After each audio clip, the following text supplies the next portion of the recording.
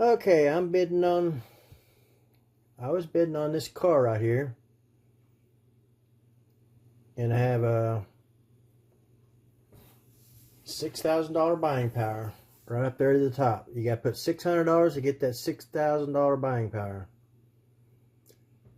Okay, I put in a $100 bid on it. And I should not have ever done that. Because what does that do? That knocks you out of live bidding. You cannot get back on live bidding. Okay, what I'm doing here is I recorded this earlier and I wasn't too happy, so I'm basically recording it over again.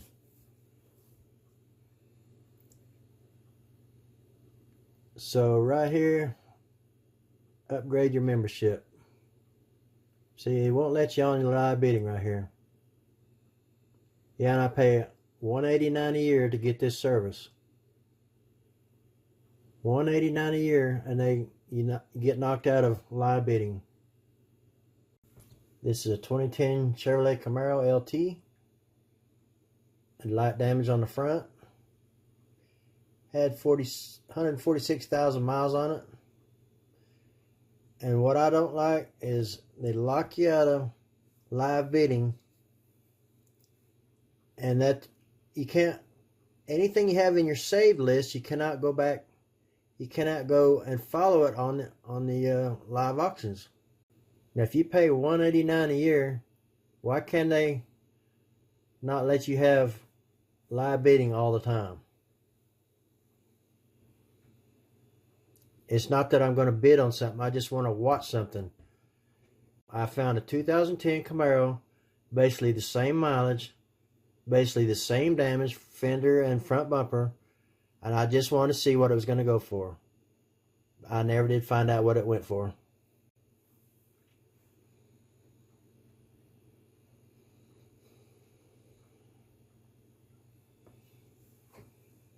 This is just where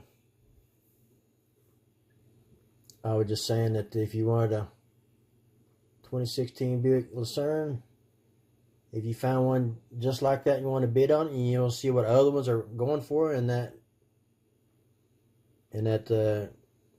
year model and the mileage, kind of see what they're going for. Let's see, they won't let you on live auctions. If you had that in your save list, you'll never be able to find out what it went for. And also, if you do have something in your save list, up at the top up there, that little heart, that's your save list. When the auction's over, it still don't tell you how much the car went for. So I don't know why they're trying to hide their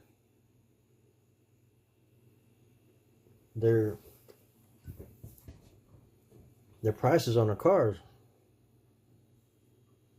This one right here went for, I didn't win this one.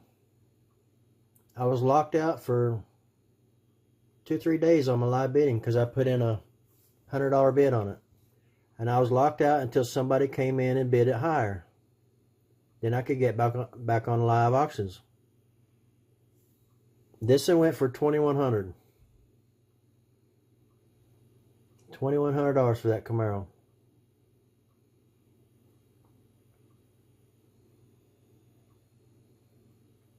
See, I'm trying to join live auctions and it won't let me in. So keep that in mind if you want to.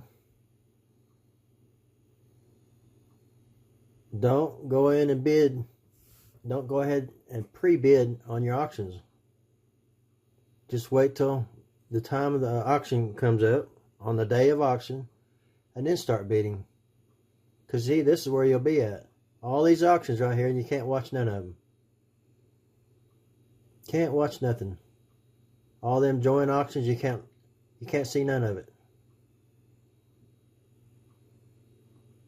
You can go in and search.